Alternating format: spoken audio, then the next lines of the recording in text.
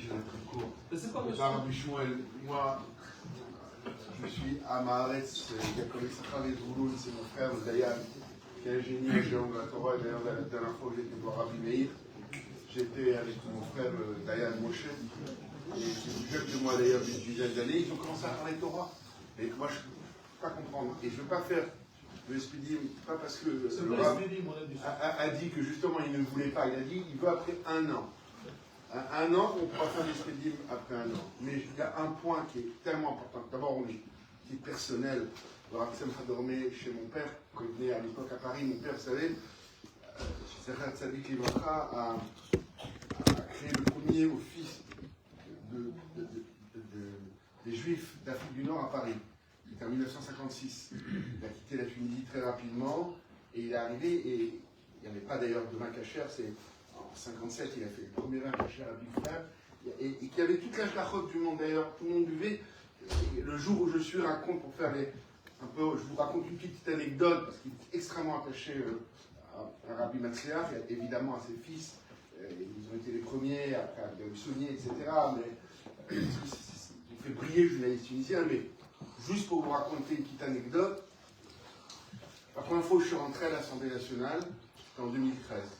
D'Afka, j'ai eu la bracha, tous les Gdoléador, et donc bien évidemment aussi Rabbi Meir, qui m'avait longuement à notre proximité par rapport à mon père, qui avait connu, mon père était plus âgé. Mais le jour où je suis rentré à l'Assemblée, c'était très impressionnant pour moi, parce que je suis arrivé sur une élection qui avait été invalidée, j'étais le seul nouveau député. Donc tous les regards étaient sur moi. D'ailleurs, je fais une première question au gouvernement, etc. Et j'étais, mais moi, au fond de moi-même, à qui je pensais? À mon père. Je pensais à mon père, je ne sais pas. Malgré tout, j'étais quand même content pour la première fois. Quelqu'un de chez nous, on a été à l'Assemblée nationale. Et je vous raconte une anecdote. Il y a un sénateur qui était député à l'époque, après il est devenu sénateur, il s'appelait Jacques-Alain Bénissi. Il m'envoie un petit mot par les huissiers. Dis-moi, tu es parent avec Habib des vins cachers? Alors je lui réponds oui. Mais dis, attends, je te vois après la séance. Et il me raconte, il m'a dit, moi je m'appelle Jacques-Alain Bénissi, je ne suis pas juif parce que ma mère est goy. Tu connais Africora, mon père était à Bercy dans le 12e. Et à un moment donné, au Hachem, quand il y a eu les vagues des Juifs d'Afrique du Nord, ça ne suffisait pas. On devait faire du vin, c'est pas comme des bœufs ou des vaches. On doit faire des vins une année entière. Et donc il avait loué chez Africora encore plusieurs centaines de milliers un endroit pour entreposer le vin. Et il me raconte qu'un jour, le vin est arrivé du sud de la France et que il y avait, vous savez, le vin, ça arrive avec des citernes, avec des pompes. Et la pompe a sauté, et il voit Madame Bénissi qui dit non, Madame Bénissi, hop, elle est arrivée, elle a arrêté, parce que le vin coulait à flot, etc. Et mon père est arrivé, il me raconte Bénissi, et il me dit, bah, c'est pas grave, il a vu mon père mettre 26 000 litres de vin à l'égout. Parce qu'il y a à Sourberna, etc., etc.